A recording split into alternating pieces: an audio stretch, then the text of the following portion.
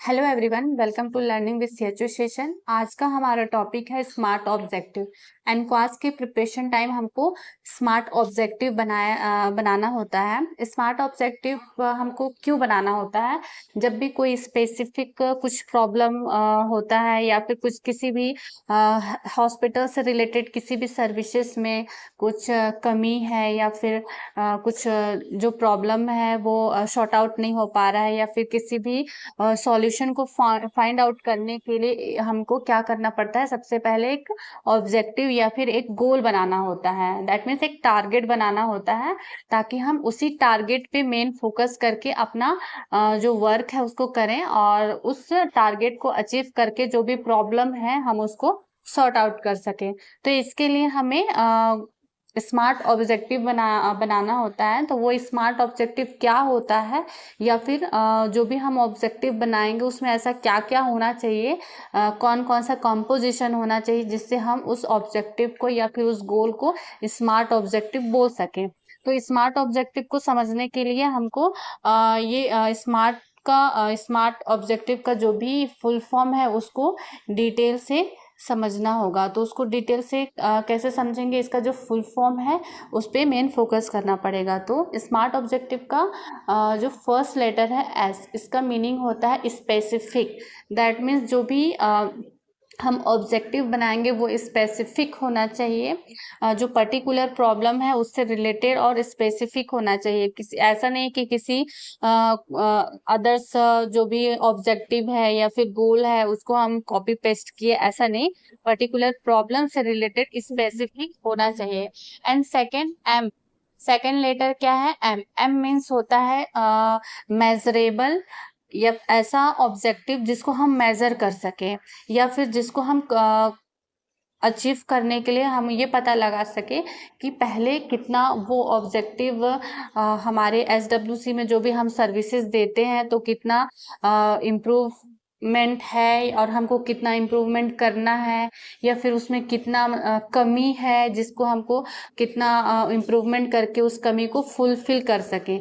That means इसमें एक word में हम ये बोल सकते हैं कि जो भी प्रॉब्लम है उसका हमको मेजरमेंट पता होना चाहिए कि कितने लेवल का है और हमको कितना और उस प्रॉब्लम को सॉर्ट आउट करने के लिए कितना वर्क करना है। तो जो हम ऑब्जेक्टिव बनाएंगे वो मेजरेबल होना चाहिए। जब हम अभी डिटेल से ये इसके बारे में देखेंगे तो अच्छे से समझ में आ जाएगा। जैसे कि हम यहाँ पे एग्जाम्पल के लिए आप देख सकते हैं, इसमें हम बनाए हैं ये स्मार्ट ऑब्जेक्टिव बनाया हुआ है।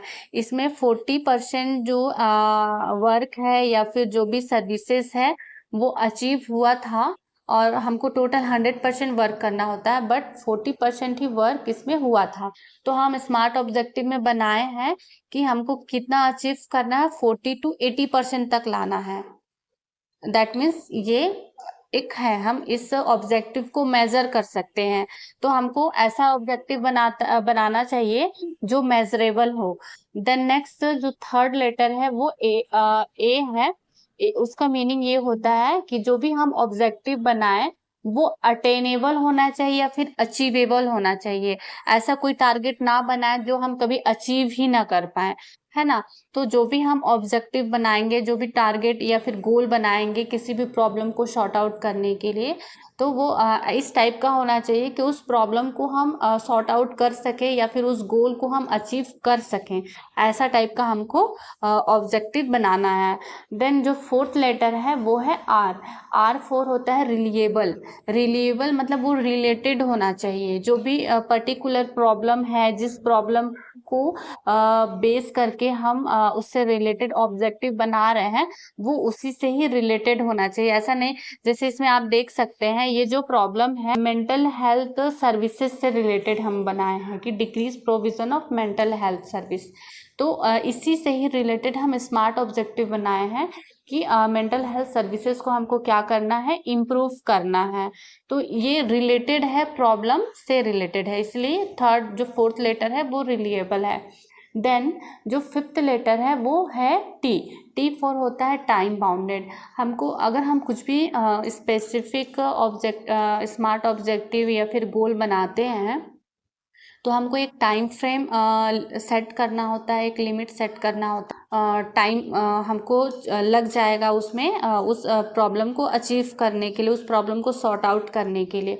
तो इसको हमको रिलेटेड टू किस टाइप का प्रॉब्लम है उस पर डिपेंड करता है। कुछ प्रॉब्लम ऐसे होते हैं जो तुरंत ही सॉर्ट आउट हो सकते हैं, तो उसका जो टाइम है थोड़ा हमको कम करना होगा। या फिर कुछ ऐसा प्रॉब्लम होगा जो हम एक ही बार में उसको अचीव नहीं कर सकते, तो उसको उसमें कुछ जो भी हम टाइम देंगे वो थोड़ा ज़्यादा देंगे। तो वो जो टाइम बाउंडेड रहेगा वो अकॉर्डिंग टू प्रॉब्लम पे डिपेंड करेगा कि किस टाइप का प्रॉब्लम है। जैसे आप यहाँ पे देख सकते हैं, ये जो प्रॉब्लम है ये है decrease provision of mental health services to population of Ayushman Arogya मंदिर।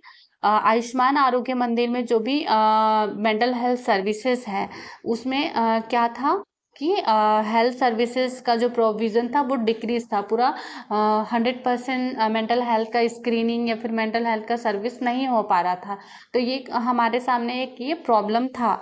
तो उसको सॉर्ट आउट करने के लिए हमको एक स्मार्ट ऑब्जेक्टिव बनाना पड़ा।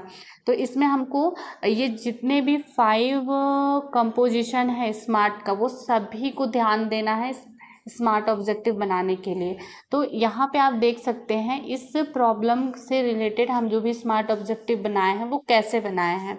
तो इसमें दिया हुआ है improve provision of mental health services to population of Ayushman Arogya Mandir from 40 to 80%।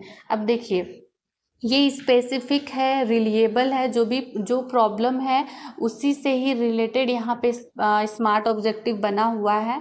तो ये रिलिएबल भी हो गया, प्लस मेजरेबल कैसे हो गया कि यहाँ इसमें सर्विसेज जो है वो हम दे पा रहे थे, बट हमको इसको इंक्रीज करना है 40 to 80%। तो एक तरीके से ये मेजरेबल भी हो गया, अचीवेबल भी है।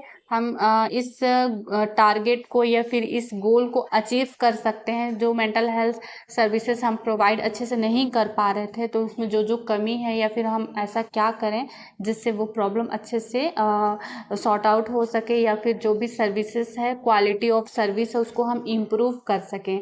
तो उस कॉज को आइडेंटिफाई करके उसको हमको रिमूव करना है, जिससे हम प्रॉब्लम को सॉर्ट आउट कर सकें।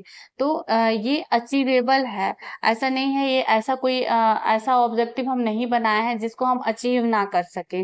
तो ये जो प्रॉब्लम है या फिर स्मार्ट ऑब्जेक्टिव है ये अचीवेबल है प्लस रिलिएबल है। नेक्स्ट जो 5th लेटर दिया हुआ है टाइम बाउंडेड। तो टाइम बाउंडेड में यहाँ पे आप देख सकते हैं हम यहाँ पे क्या दिए हैं, हमको इन 2 मंथ, मतलब 2 मंथ में हमको जो स्मार्ट ऑब्जेक्टिव हम बनाए हैं इसमें ये दिया हुआ है कि जो मेंटल हेल्थ सर्विसेज है उसको हमको 40% से 80% तक लाना है। कितने दिनों में लाना है? 2 मंथ में लाना है।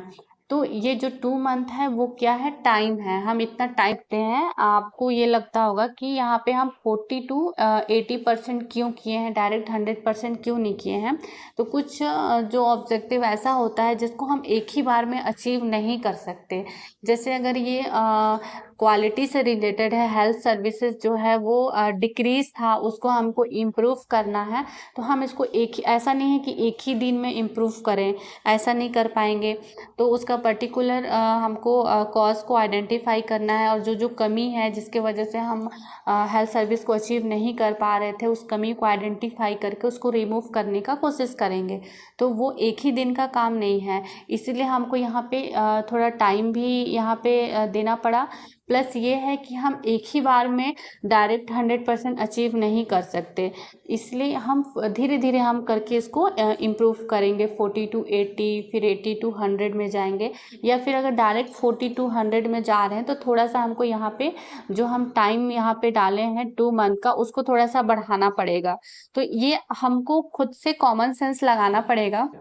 यहाँ पे हम जो भी टाइम दिए हैं स्मार्ट ऑब्जेक्टिव में जो टाइम दिए हैं या फिर जो मेज़रमेंट है, वो डिपेंड करेगा कि हमारा जो प्रॉब्लम हमारे सामने है वो प्रॉब्लम किस टाइप का है। कुछ प्रॉब्लम ऐसा होता है जो छोटा सा कुछ प्रॉब्लम होता है, जैसे मान लीजिए आप एएनसी सर्विस बना रहे थे, बट आरसीएच रजिस्टर या फिर एएनसी से रिलेटेड जितने भी रिकॉर्ड्स हैं वो आपके पास अवेलेबल नहीं है।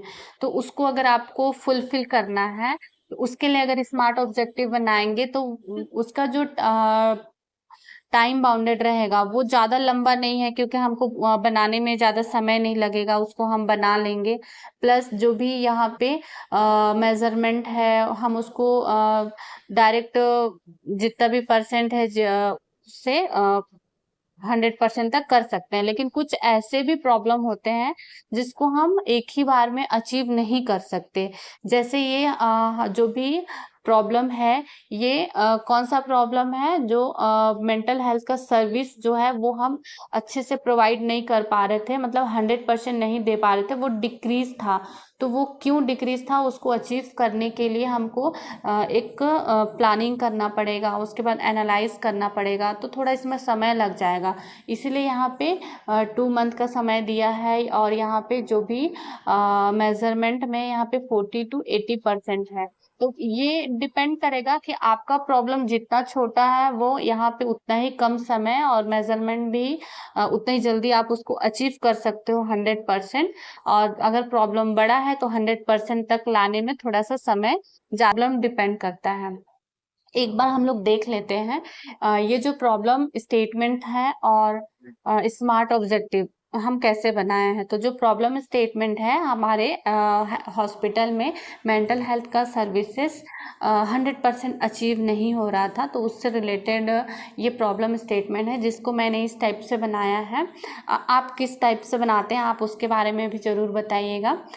इसमें दिया हुआ है decrease provision of mental health services to the population of Ayushman Arogya मंदिर। That means आयुष्मान आरोग्य मंदिर के पर्टिकुलर पॉपुलेशन में जो मेंटल हेल्थ का सर्विसेज जो देना चाहिए वो क्या है, उसका लेवल डिक्रीज है।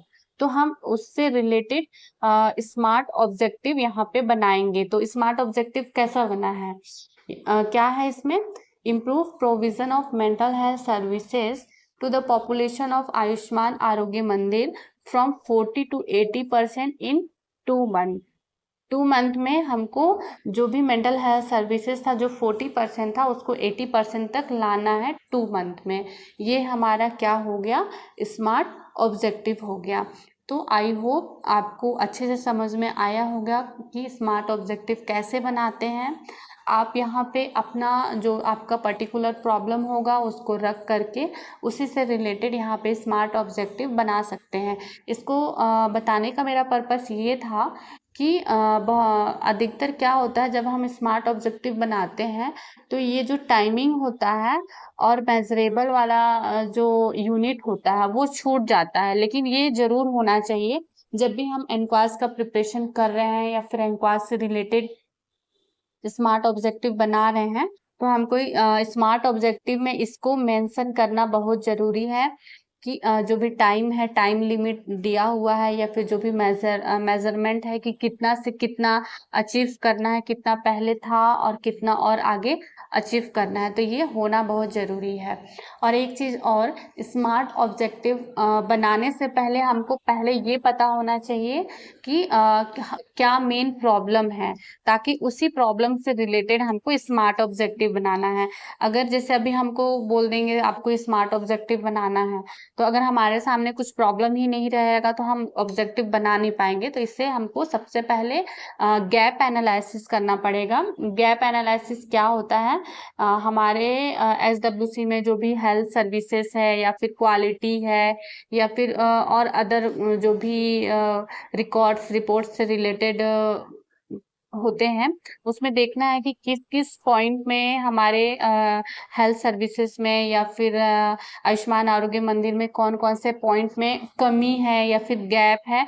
वो गैप को पहले लिस्ट आउट कर लेना है, फिर उसके अकॉर्डिंग हमको क्या बनाना है, प्रॉब्लम स्टेटमेंट बनाना है और स्मार्ट ऑब्जेक्टिव बनाना है। आई होप आपको स्मार्ट ऑब्जेक्टिव कैसे बनाते हैं इसके बारे में अच्छे से समझ में आ गया होगा। अगर आपको थोड़ा सा भी डाउट होगा तो आप ज़रूर बताइएगा, और आपको इससे और इससे रिलेटेड एनक्वास से रिलेटेड और कुछ जानकारी चाहिए होगा या फिर आपको और किसी दूसरे टॉपिक से में डाउट होगा तो आप उसको भी मुझसे ज़रूर पूछ सकते हैं। मैं आपका प्रॉब्लम सॉल्यूशन करने का पूरी कोशिश करूँगी। Thank you.